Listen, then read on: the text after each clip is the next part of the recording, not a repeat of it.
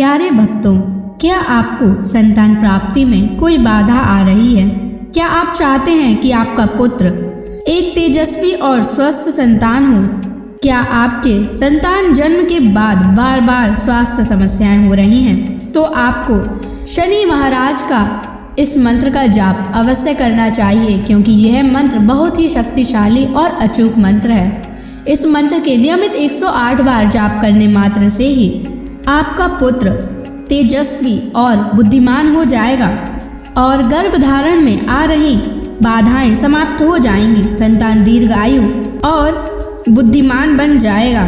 इसलिए प्यारे भक्तों, आप शनि देव के इस महामंत्र का जाप अवश्य करें। और जब भी आप इस मंत्र का जाप करें तो इस वीडियो को अपने मोबाइल फोन पर या स्पीकर पर चलाकर छोड़ दें, ताकि आप बिना कोई समस्या के इस महामंत्र का जाप कर पाएं। यह मंत्र बहुत ही शक्तिशाली और प्रभावशाली मंत्र है। इस मंत्र के जाप से पुत्र प्राप्ति के योग भी प्रबल होते हैं और संतान का जीवन सुरक्षित और सुखद होता है। घर में खुशहाली और समृद्धि बनी रहती है। इसलिए प्यारे भक्तों, अगर आप भी चाहते हैं कि आपका पुत्र हमेशा खुश रहे, तो आप इस मंत्र का जाप अवश्य करें और नियमित 108 बार करें और पूरी श्रद्धा के साथ करें। तभी आप शनि महाराज के असीम कृपा के भागी बन पाओगे। और अगर आप शनि देव का आशीर्वाद प्राप्त करना चाहते हैं तो इस वीडियो को लाइक और चैनल को सब्सक्राइब जरूर कर दीजिए और कमेंट बॉक्स में जय शनि महाराज अवश्य लिख दीजिए। तो चलिए भक्तों, मंत्र का जाप करना प्रारंभ करते हैं। ओम ह्रीं श्रीं क्लीं शन शनैश्चराय महाक्रूराय नमः। ओम ह्रीं श्रीं क्लीं शन शनैश्चराय महाक्रूराय नमः। ओम ह्रीं श्रीं क्लीं शन शनैश्चराय महाक्रूराय नमः। ओम ह्रीं श्रीं क्लीं शन शनैश्चराय महाक्रूराय नमः। ओम ह्रीं श्रीं क्लीं शन शनैश्चराय महाक्रूराय नमः। ओम ह्रीं श्रीं क्लीं शन शनैश्चराय महाक्रूराय नमः। ओम ह्रीं श्रीं क्लीं शन शनैश्चराय महाक्रूराय नमः। ओम ह्रीं श्रीं क्लीं शन शनैश्चराय महाक्रूराय नमः।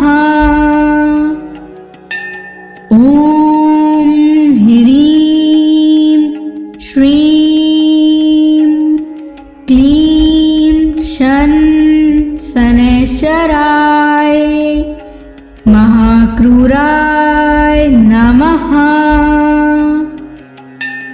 ओम ह्रीं श्रीं क्लीं शन शनैश्चराय महाक्रूराय नमः। ओम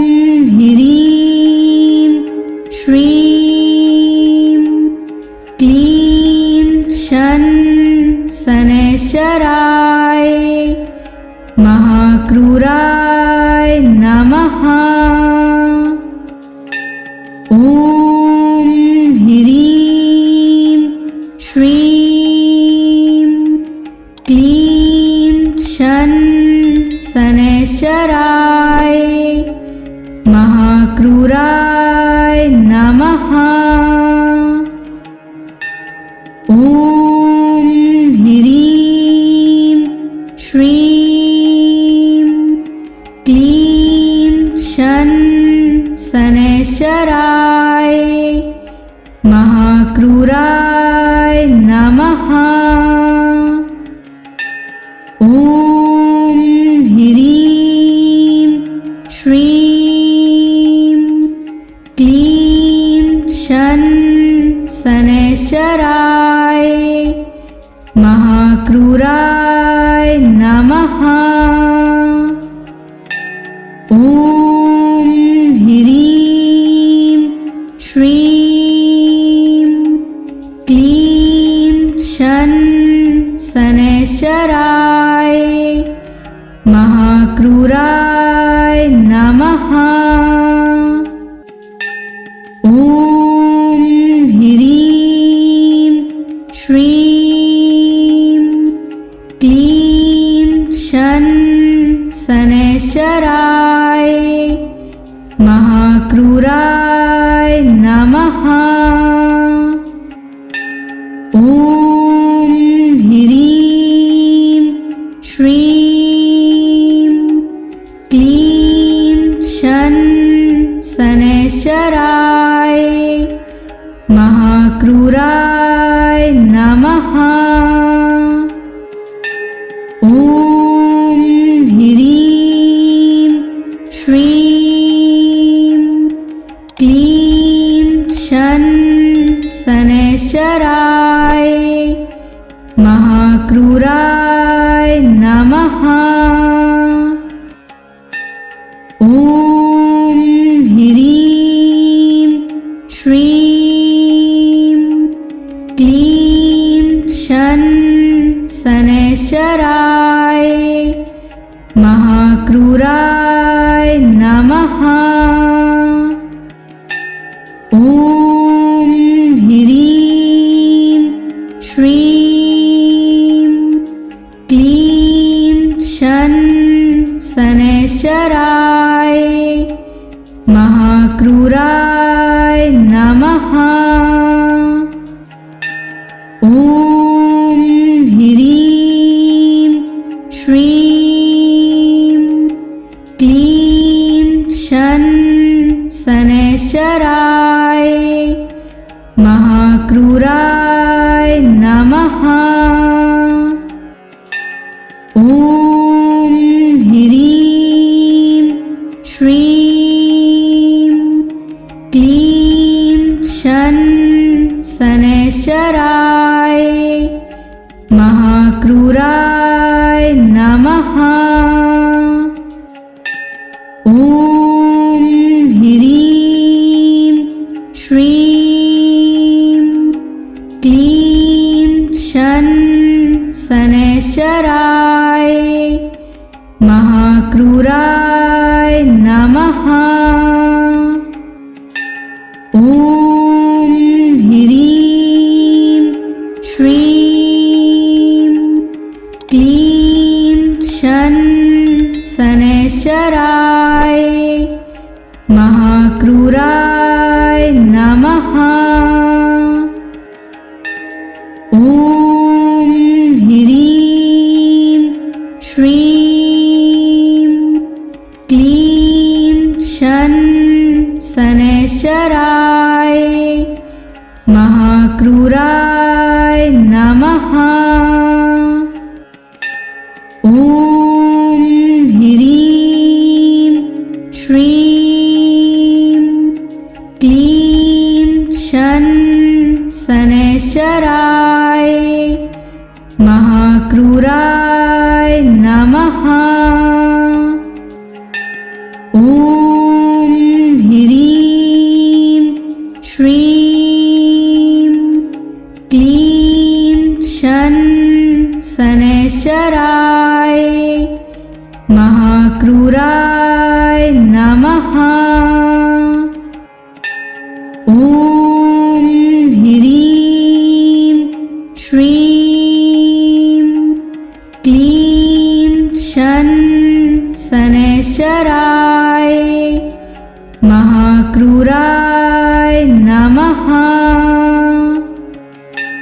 ॐ ह्रीं श्रीं क्लीं शन शनैश्चराय महाक्रूराय नमः। ॐ ह्रीं श्रीं क्लीं शन शनैश्चराय महाक्रूराय नमः। ॐ ह्रीं श्रीं क्लीं शन शनैश्चराय महाक्रूराय नमः। ॐ ह्रीं श्रीं क्लीं शन शनैश्चराय महाक्रूराय नमः। ॐ ह्रीं श्रीं क्लीं शन शनैश्चराय महाक्रूराय नमः। ॐ ह्रीं श्रीं क्लीं शन शनैश्चराय महाक्रूराय नमः। ॐ ह्रीं श्रीं क्लीं शन शनैश्चराय महाक्रूराय नमः। ॐ ह्रीं श्रीं क्लीं शन शनैश्चराय महाक्रूराय नमः। ॐ ह्रीं श्रीं क्लीं शन शनैश्चराय महाक्रूराय नमः। ॐ ह्रीं श्रीं क्लीं शन शनैश्चराय महाक्रूराय नमः। ॐ ह्रीं श्रीं क्लीं शन शनैश्चराय महाक्रूराय नमः। ॐ ह्रीं श्रीं क्लीं शन शनैश्चराय महाक्रूराय नमः। ॐ ह्रीं श्रीं क्लीं शन शनैश्चराय महाक्रूराय नमः। ॐ ह्रीं श्रीं क्लीं शन शनैश्चराय महाक्रूराय नमः। ॐ ह्रीं श्रीं क्लीं शन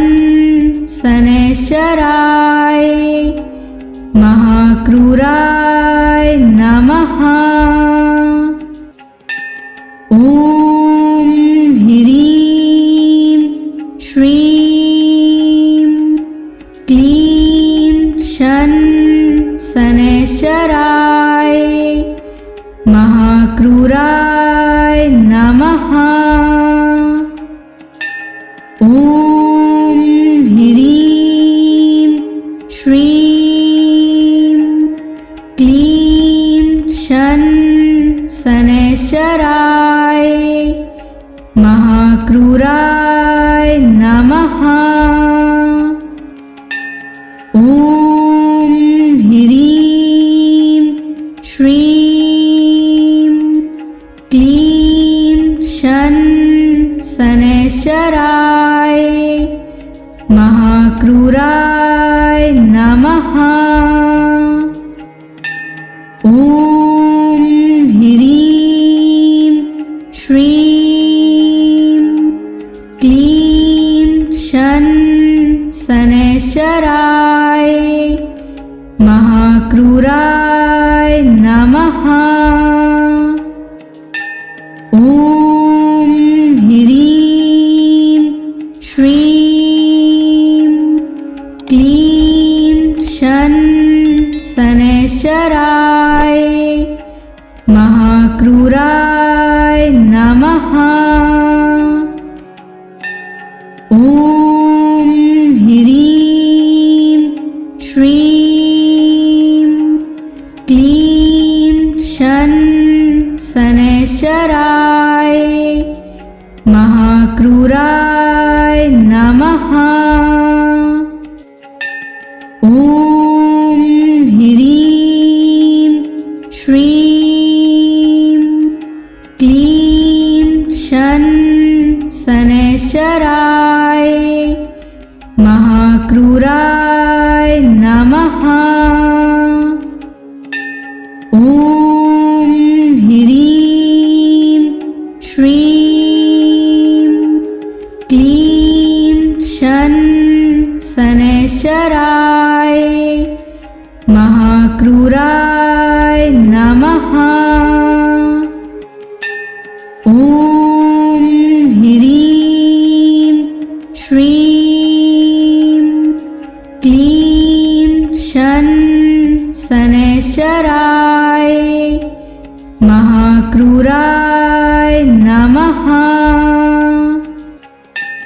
ॐ ह्रीं श्रीं क्लीं शन शनैश्चराय महाक्रूराय नमः।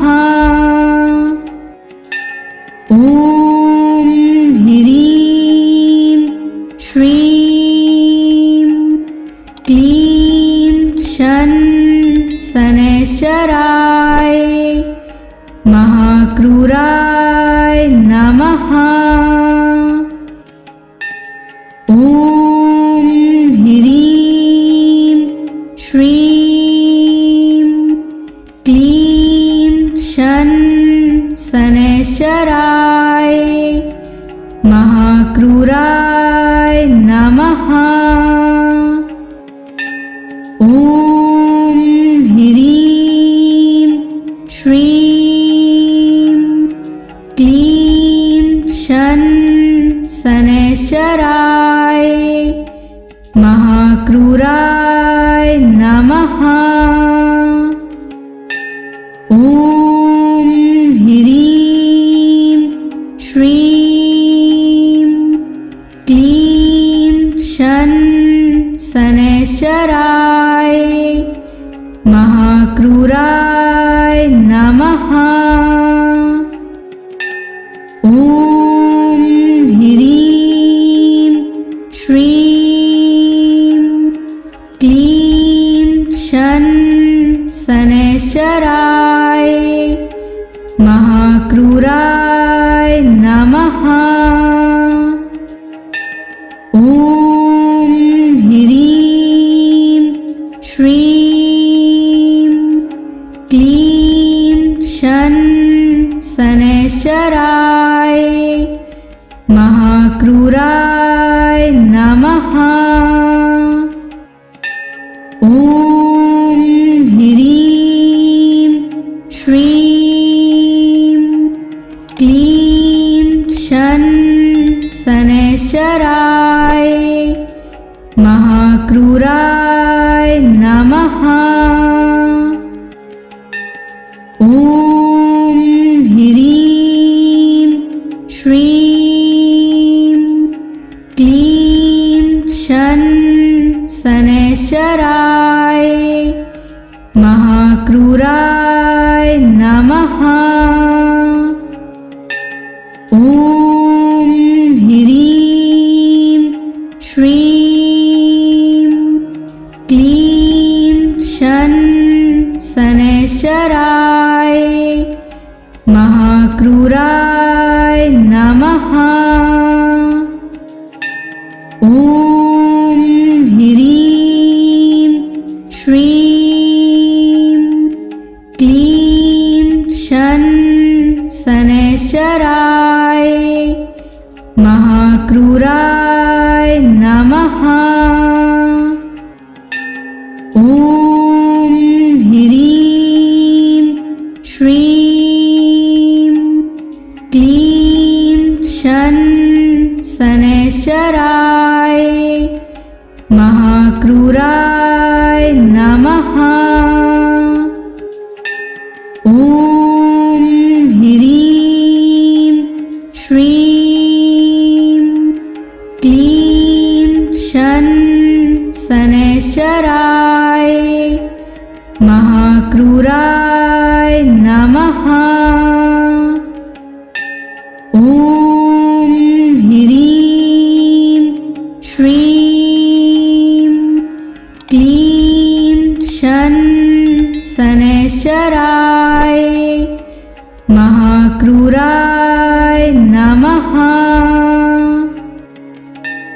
ॐ ह्रीं श्रीं क्लीं शन शनैश्चराय महाक्रूराय नमः। ॐ ह्रीं श्रीं क्लीं शन शनैश्चराय महाक्रूराय नमः। ॐ ह्रीं श्रीं क्लीं शन शनैश्चराय महाक्रूराय नमः। ॐ ह्रीं श्रीं क्लीं शन शनैश्चराय महाक्रूराय नमः। ॐ ह्रीं श्रीं क्लीं शन शनैश्चराय महाक्रूराय नमः। ॐ ह्रीं श्रीं क्लीं शन शनैश्चराय महाक्रूराय नमः। ॐ ह्रीं श्रीं क्लीं शन शनैश्चराय महाक्रूराय नमः।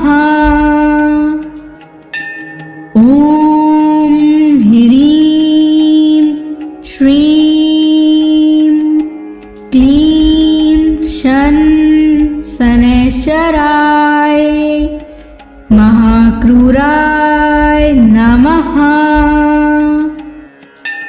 ॐ ह्रीं श्रीं क्लीं शन शनैश्चराय महाक्रूराय नमः। ॐ ह्रीं श्रीं क्लीं शन शनैश्चराय महाक्रूराय नमः। ॐ ह्रीं श्रीं क्लीं शन शनैश्चराय महाक्रूराय नमः। ॐ ह्रीं श्रीं क्लीं शन शनैश्चराय महाक्रूराय नमः। ॐ ह्रीं श्रीं क्लीं शन शनैश्चराय महाक्रूराय नमः। ॐ ह्रीं श्रीं क्लीं शन शनैश्चराय महाक्रूराय नमः। ॐ ह्रीं श्रीं क्लीं शन शनैश्चराय महाक्रूराय नमः। ॐ ह्रीं श्रीं क्लीं शन शनैश्चराय महाक्रूराय नमः। ॐ ह्रीं श्रीं क्लीं शन शनैश्चराय महाक्रूराय नमः। ॐ ह्रीं श्रीं क्लीं शन शनैश्चराय महाक्रूराय नमः।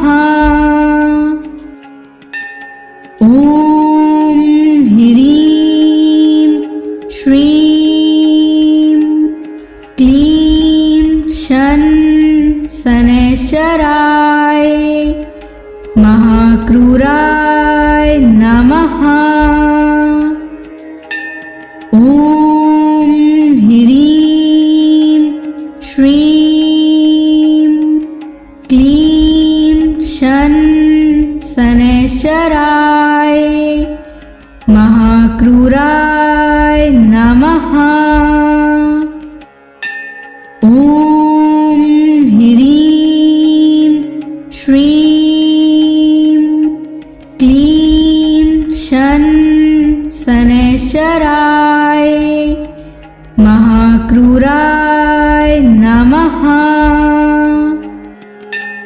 ॐ ह्रीं श्रीं क्लीं शन शनैश्चराय महाक्रूराय नमः। ॐ ह्रीं श्रीं क्लीं शन शनैश्चराय महाक्रूराय नमः।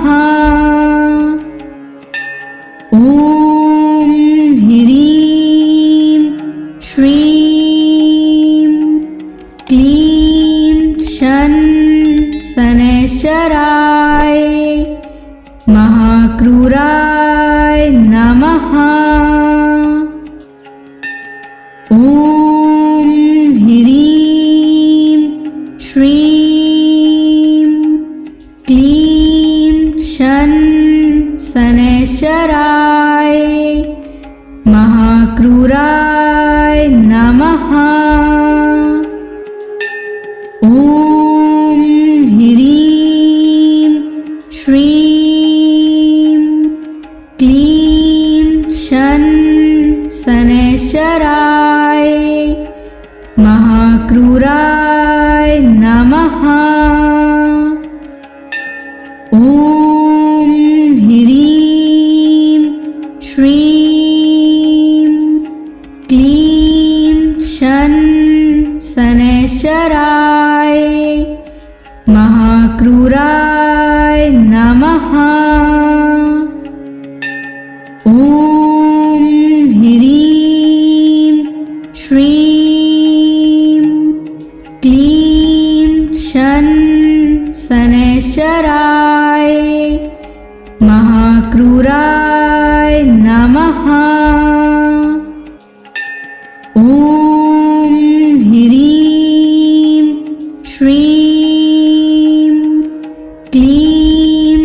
शन शनैश्चराय महाक्रूराय नमः।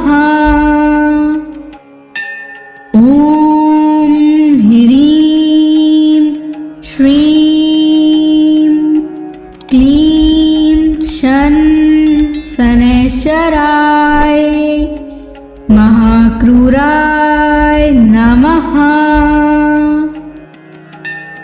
ॐ ह्रीं श्रीं क्लीं शन शनैश्चराय महाक्रूराय नमः। ॐ ह्रीं श्रीं क्लीं शन शनैश्चराय महाक्रूराय नमः। ॐ ह्रीं श्रीं क्लीं शन शनैश्चराय महाक्रूराय नमः। ॐ ह्रीं श्रीं क्लीं शन शनैश्चराय महाक्रूराय नमः। ॐ ह्रीं श्रीं क्लीं शन शनैश्चराय महाक्रूराय नमः। ॐ ह्रीं श्रीं क्लीं शन शनैश्चराय महाक्रूराय नमः।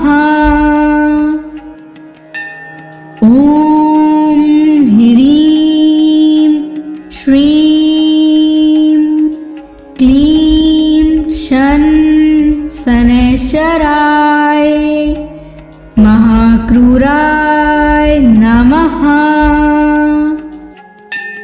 ॐ ह्रीं श्रीं क्लीं शन शनैश्चराय महाक्रूराय नमः। ॐ ह्रीं श्रीं क्लीं शन शनैश्चराय महाक्रूराय नमः। ॐ ह्रीं श्रीं क्लीं शन शनैश्चराय महाक्रूराय नमः। ॐ ह्रीं श्रीं क्लीं शन शनैश्चराय महाक्रूराय नमः। ॐ ह्रीं श्रीं क्लीं शन शनैश्चराय महाक्रूराय नमः। ॐ ह्रीं श्रीं क्लीं शन शनैश्चराय महाक्रूराय नमः। ॐ ह्रीं श्रीं क्लीं शन शनैश्चराय महाक्रूराय नमः। ॐ ह्रीं श्रीं क्लीं शन शनैश्चराय महाक्रूराय नमः। ॐ ह्रीं श्रीं क्लीं शन शनैश्चराय महाक्रूराय नमः।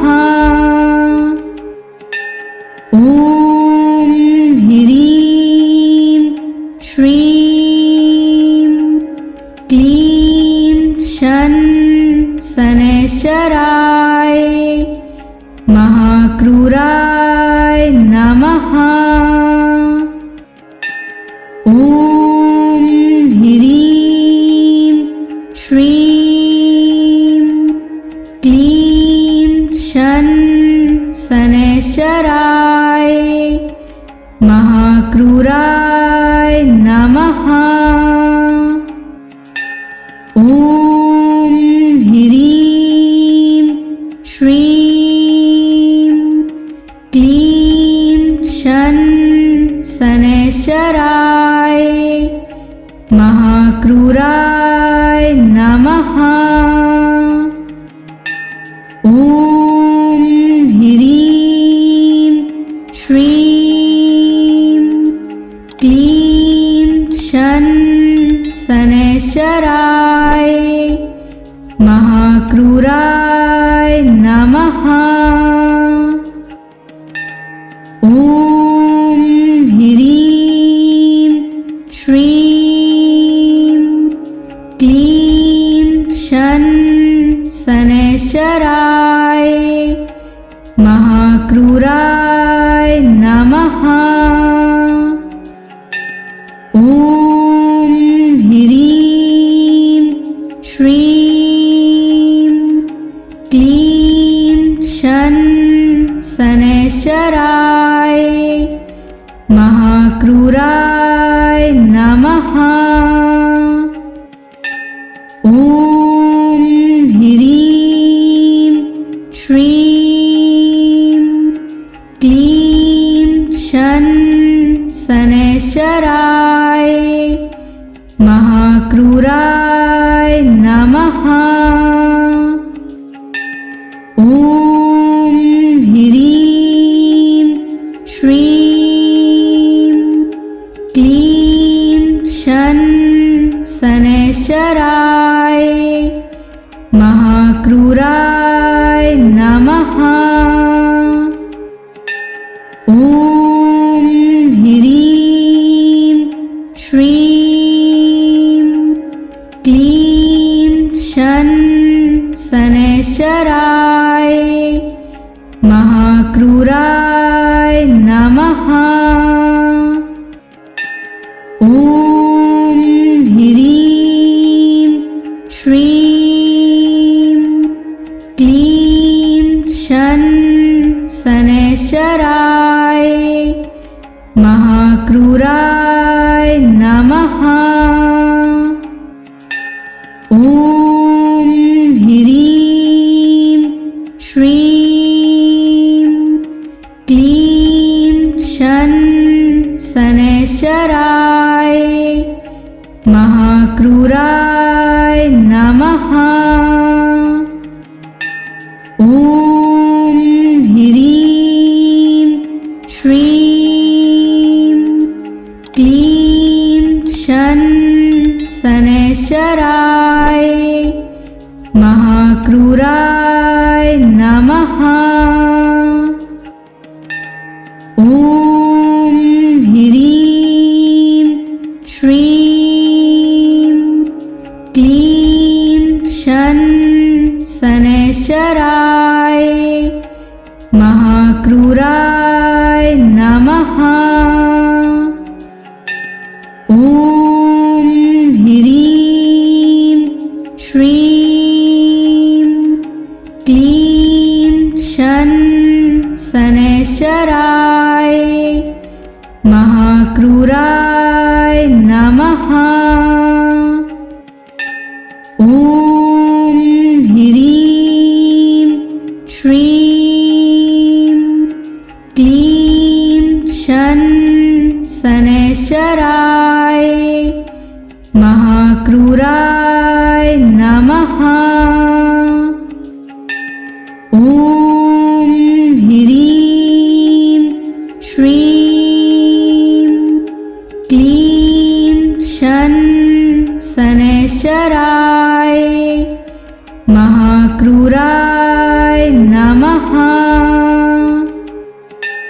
ॐ ह्रीं श्रीं क्लीं शन शनैश्चराय महाक्रूराय नमः। ॐ ह्रीं श्रीं क्लीं शन शनैश्चराय महाक्रूराय नमः। ॐ ह्रीं श्रीं क्लीं शन शनैश्चराय महाक्रूराय नमः। ॐ ह्रीं श्रीं क्लीं शन शनैश्चराय महाक्रूराय नमः। ॐ ह्रीं श्रीं क्लीं शन शनैश्चराय महाक्रूराय नमः। ॐ ह्रीं श्रीं क्लीं शन शनैश्चराय महाक्रूराय नमः। ॐ ह्रीं श्रीं क्लीं शन शनैश्चराय महाक्रूराय नमः। ॐ ह्रीं श्रीं क्लीं शन शनैश्चराय महाक्रूराय नमः। ॐ ह्रीं श्रीं क्लीं शन शनैश्चराय महाक्रूराय नमः। ॐ ह्रीं श्रीं क्लीं शन शनैश्चराय महाक्रूराय नमः। ॐ ह्रीं श्रीं क्लीं शन शनैश्चराय महाक्रूराय नमः। ॐ ह्रीं श्रीं क्लीं शन शनैश्चराय महाक्रूराय नमः। ॐ ह्रीं श्रीं क्लीं शन शनैश्चराय महाक्रूराय नमः। ॐ ह्रीं श्रीं क्लीं शन शनैश्चराय महाक्रूराय नमः। ॐ ह्रीं श्रीं क्लीं शन शन शनैश्चराय महाक्रूराय नमः। ॐ ह्रीं श्रीं क्लीं शन शनैश्चराय महाक्रूराय नमः। ॐ ह्रीं श्रीं क्लीं शन शनैश्चराय महाक्रूराय नमः। ॐ ह्रीं श्रीं क्लीं शन शनैश्चराय महाक्रूराय नमः।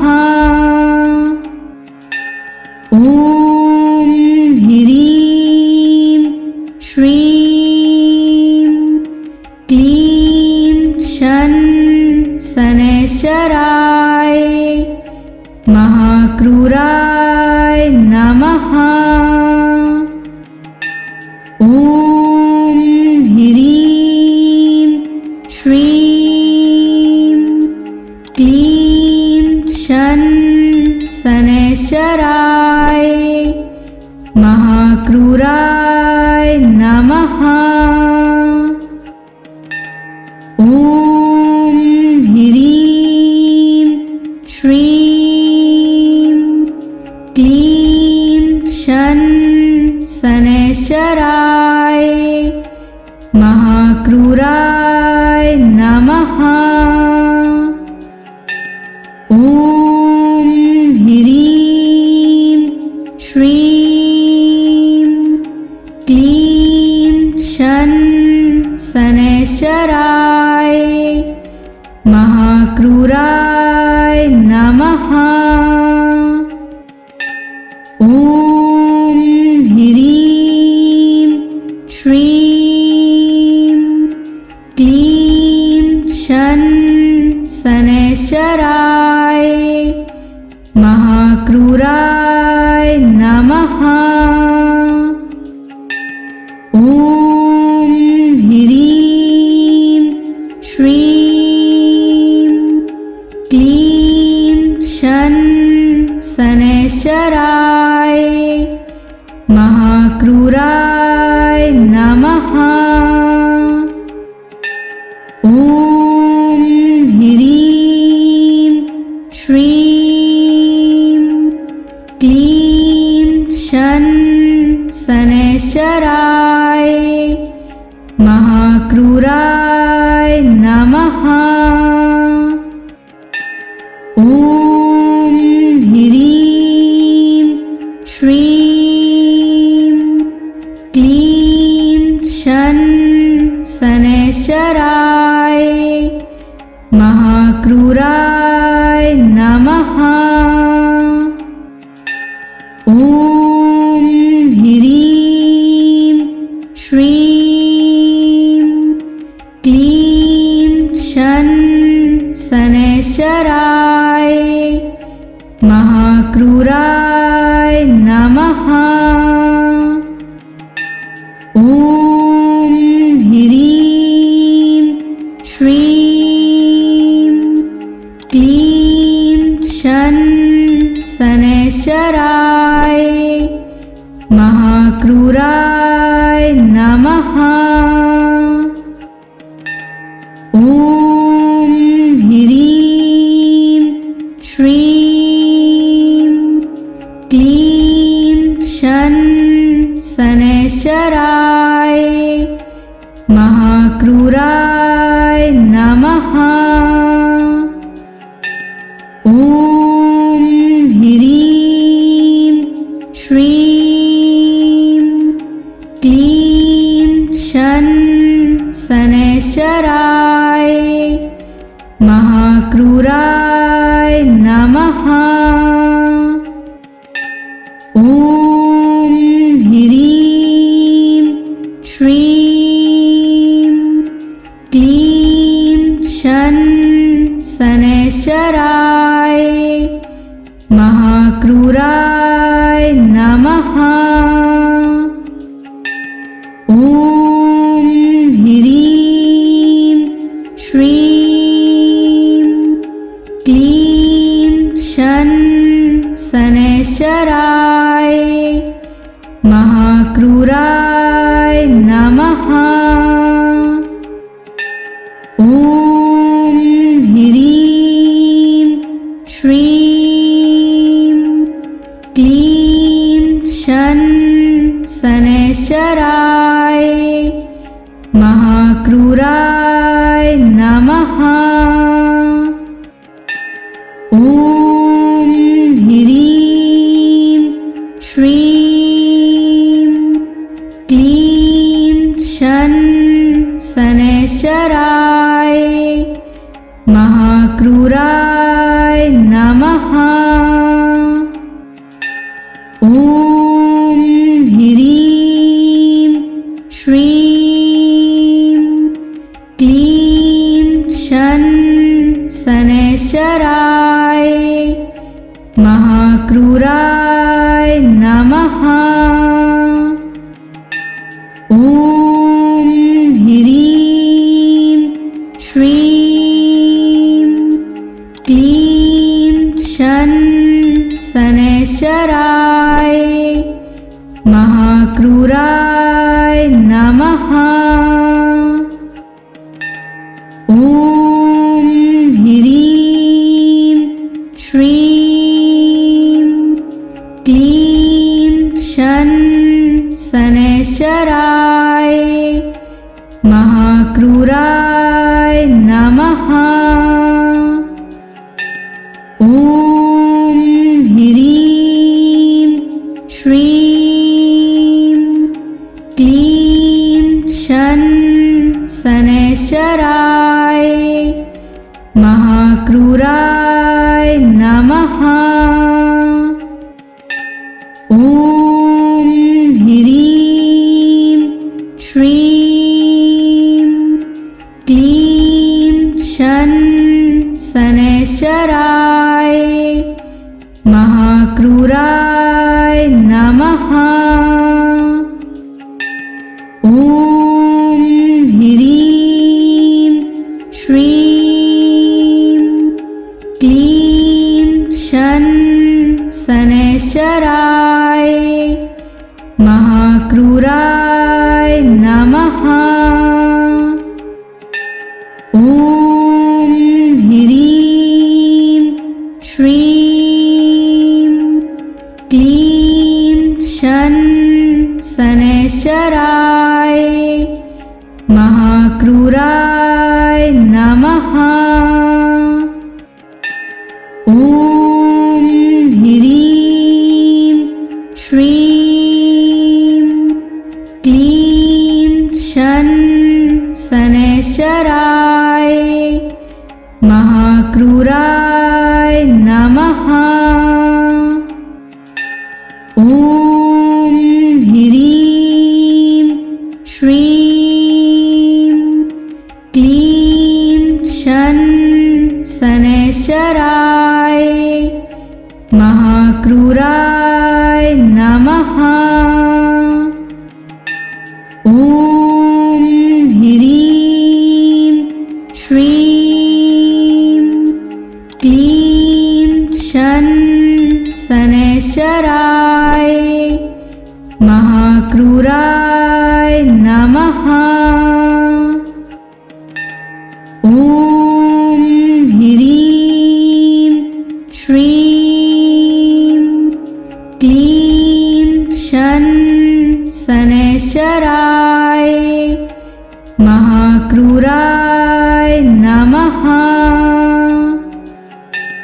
ॐ ह्रीं श्रीं क्लीं शन शनैश्चराय महाक्रूराय नमः। ॐ ह्रीं श्रीं क्लीं शन शनैश्चराय महाक्रूराय नमः। ॐ ह्रीं श्रीं क्लीं शनैश्चराय महाक्रूराय नमः। ॐ ह्रीं श्रीं क्लीं शनैश्चराय महाक्रूराय नमः। ॐ ह्रीं श्रीं क्लीं शनैश्चराय महाक्रूराय नमः। ॐ ह्रीं श्रीं क्लीं शनैश्चराय महाक्रूराय नमः। ॐ ह्रीं श्रीं क्लीं शनैश्चराय महाक्रूराय नमः। ॐ ह्रीं श्रीं क्लीं शनैश्चराय महाक्रूराय नमः। ॐ ह्रीं श्रीं क्लीं शनैश्चराय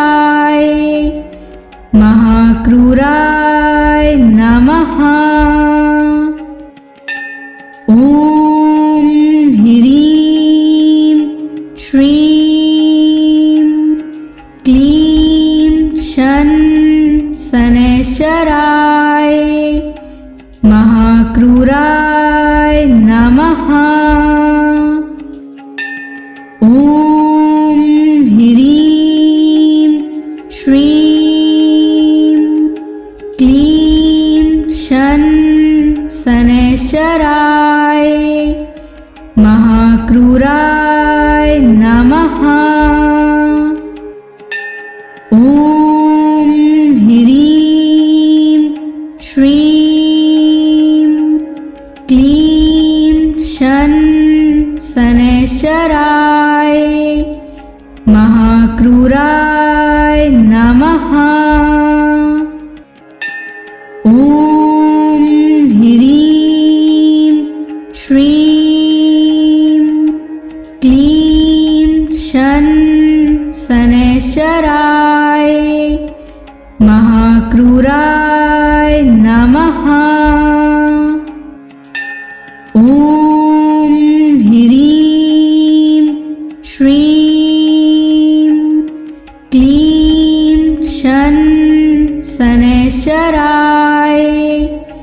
महाक्रूराय नमः। ॐ ह्रीं श्रीं क्लीं शनैश्चराय महाक्रूराय नमः। ॐ ह्रीं श्रीं क्लीं शनैश्चराय महाक्रूराय नमः।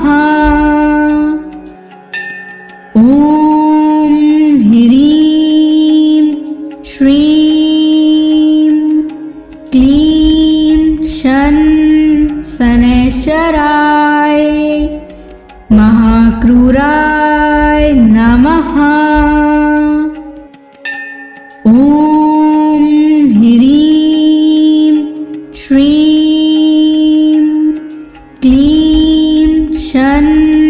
शनैश्चराय महाक्रूराय नमः।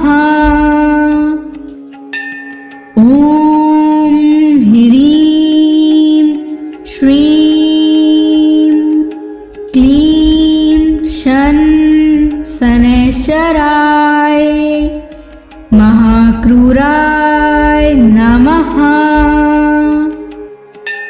ॐ ह्रीं श्रीं क्लीं शन शनैश्चराय महाक्रूराय नमः। ॐ ह्रीं श्रीं क्लीं शन शनैश्चराय महाक्रूराय